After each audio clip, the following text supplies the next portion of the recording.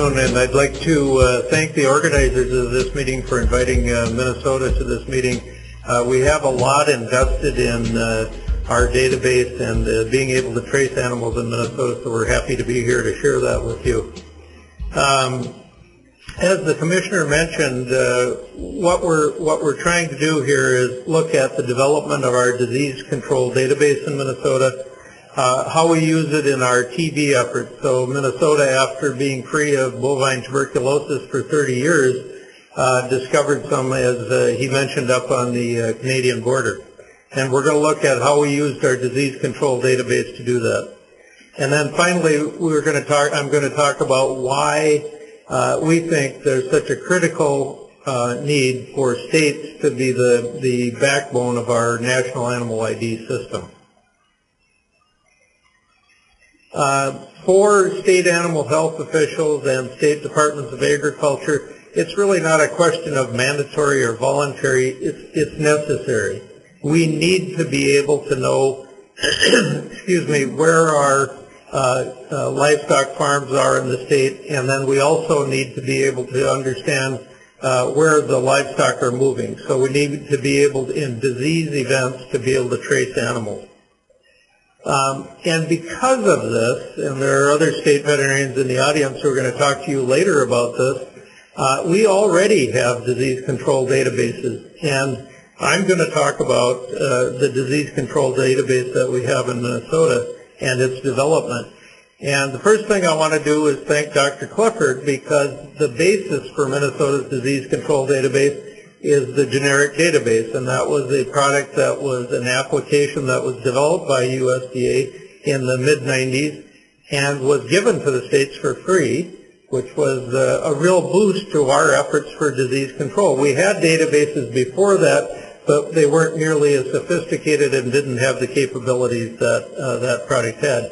Now, whenever you get a product that's called generic, you need to do something with it, and if it's developed nationally, you have to adapt it for use in your state or the area that you're using it. And that's what we've done in Minnesota. We've added on to the product. We've changed it. We've done some things with the screens to make it work for Minnesota, and that's a necessity. But I'll have to say that it is a good database. I know it's received a lot of criticism, but we like it, and we've been using it for 15 years, and it worked well for us in our TV program.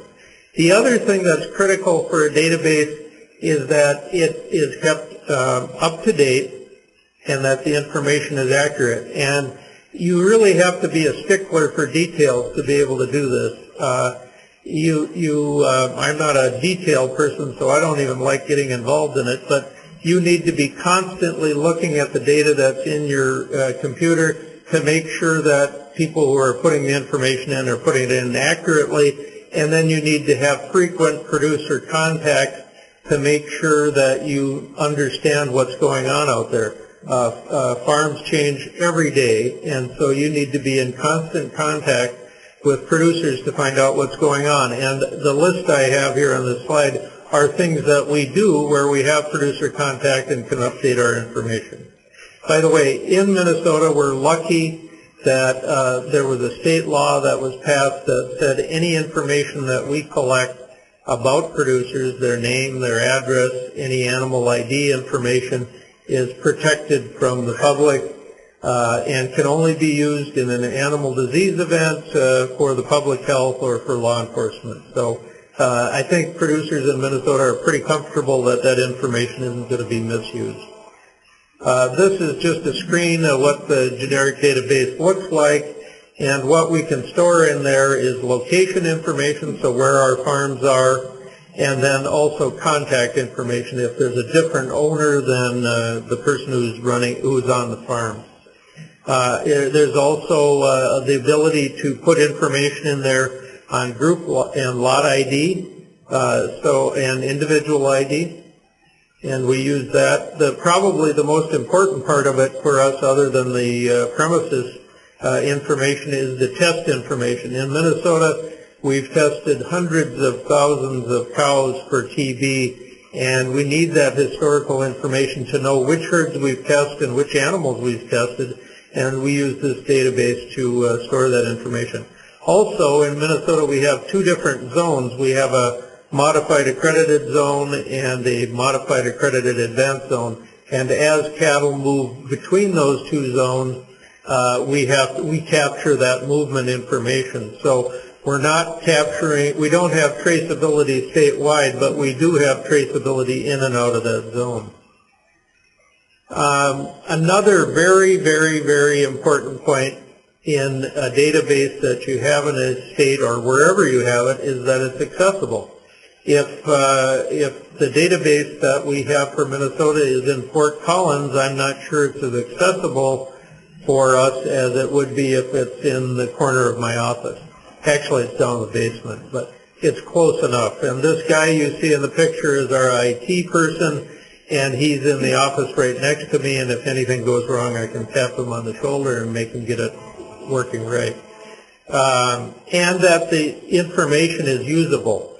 So if you have a database, but you're not familiar with that database, you don't use it every day, and you don't know how to retrieve information from it, it's not very usable.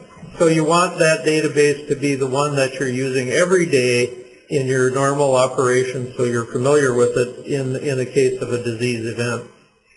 Now I'll just talk a little bit about our bovine TB that we've been dealing with in Minnesota and how we've used this database to enhance that effort with TB. One of the things I think that's important is we have some really good traceability systems in place that USDA developed that are working extremely well in the case of Minnesota anyway. We found our index animal that was infected with TB at a slaughter plant in Wisconsin. There was a back tag on that animal that took it back to a sale barn in northern Minnesota. We were then able, through their records, to get to the herd of origin, test it, and find out that it was infected with TB. So that back tagging slaughter surveillance system worked in this case beautifully. After that, then we needed to know where the neighbors of this person were, and then movements in and out of that infected herd. Whoops. The next thing that happened in Minnesota is we found some infection in a free-ranging white-tailed deer. So the deer were infected. We still think at a fairly light level, but they were infected. So we were required to draw circles around those infected herds and find all of the cattle, goat, bison, and farm cervidae herds in that region. So our database that we had available for us made that happen a lot quicker than it would have if we hadn't had it. And then we're able to identify other species herds as well as cattle herds. And this picture just illustrates that if you're going to test bison, you better have a top on your chute.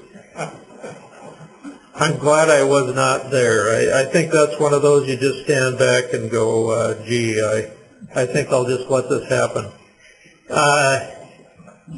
This map that I've got up now illustrates, it's an analysis that USDA did for us in our risk assessment for split state status, where they showed the movements of cattle out of our infected herds. And you can see that the darker areas are where more movement occurred, and as you would expect, most of the cattle movements were in the local area, but you can see that cattle movements no longer respect state borders.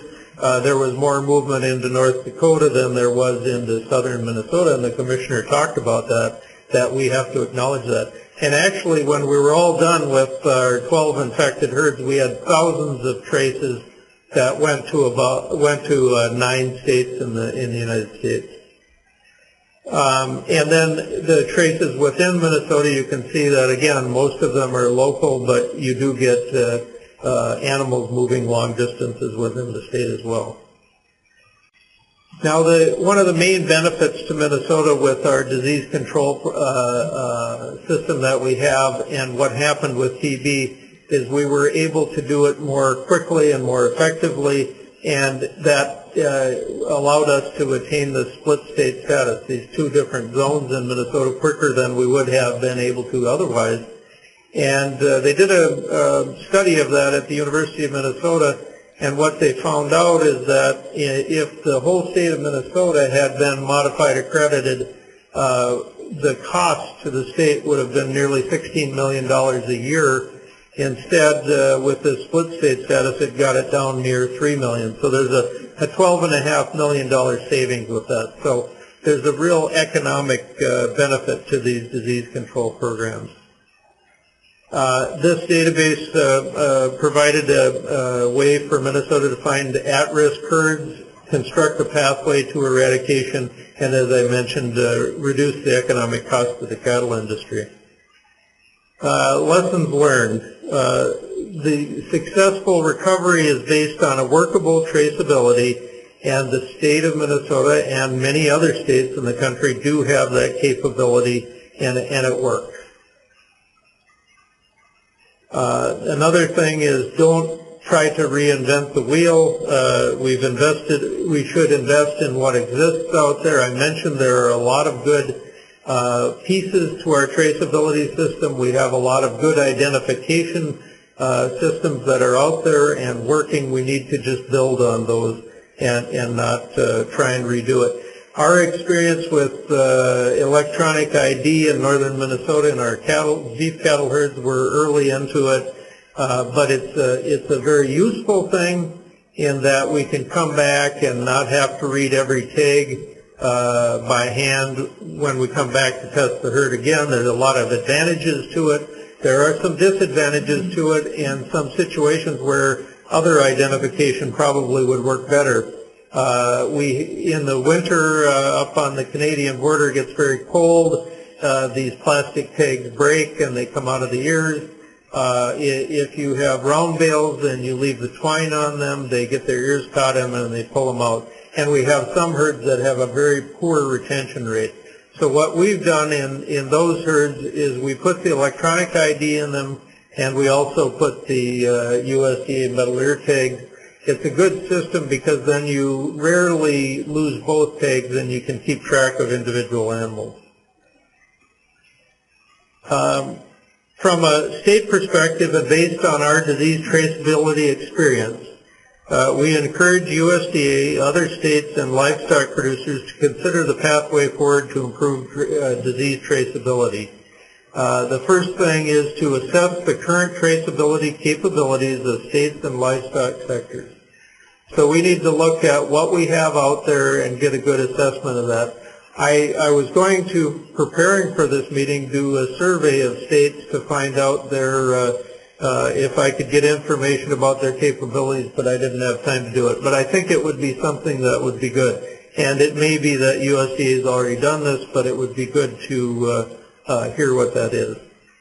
Next, to work directly with states to develop locally facilitated, usable, accurate disease control databases. I think in Minnesota we're a long way to doing that. I know there are some states that don't have the resources, and I think we should work on developing those resources in other states. Develop performance standards which could be feasibly adopted. So we need to, for traceability, so we need to set the standards. What sort of traceability is acceptable within a state, and then not necessarily dictate how to do that, but set performance standards for being able to do that traceability. And lastly, there are a lot of gaps in traceability. Our experience with TB in northwestern Minnesota was good. We had, I think, very good traceability, but there were some situations where the individual producers' records weren't as good as we would have hoped for, and that's, I think, something that we can work on more. I think this has to be a shared effort, the federal government, the state government, and producers, and the part the producers can do, and the livestock auction markets and the processing plants, is to keep good records of movement of these animals. We don't need, I don't think, need to see that information all the time, but if there's a disease event, then we need to be able to see that information. It needs to be accurate, and we need to, in most cases, especially with TB, be able to identify individual animals, not just groups of animals.